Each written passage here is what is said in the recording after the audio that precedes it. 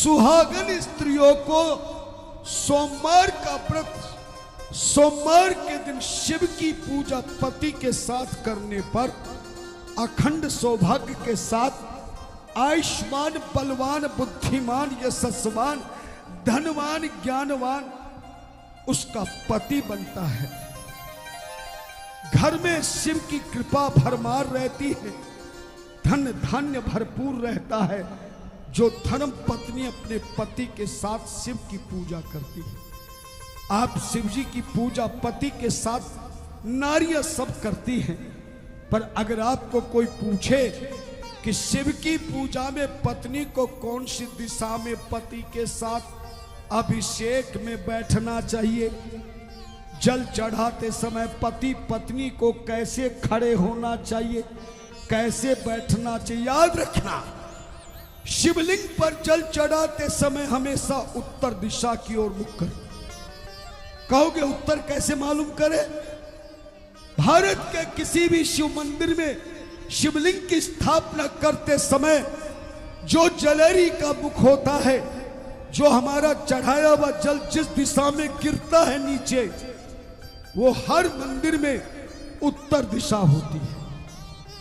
इसलिए शिव जी के सामने दक्षिण दिशा में जलेरी की ओर मुख करके खड़े हो जाना, दोनों हाथों में लोटा लेना, जल का पर क्या नहीं लगाना, कल बताया था, अंगूठा नहीं लगाना, ना अंगूठा लगाना है ना अंगूठा किसी को दिखाना,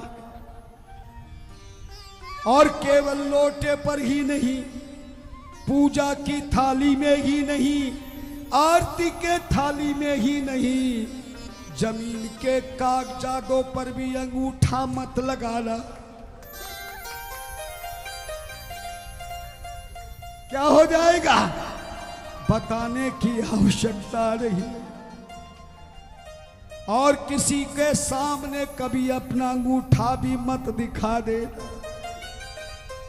जाप करने वाली माला अपना खजाना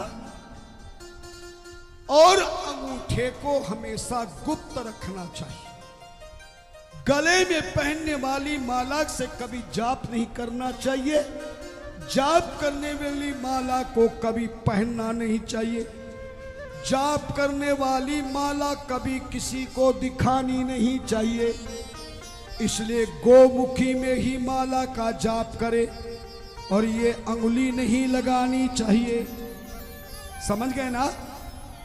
धन्यना। इस तरह से मैंने आपको सब कुछ बताया, फिर भी अगर कोई आपके मन में शंका रह जाए तो पर्ची दे सकते हैं।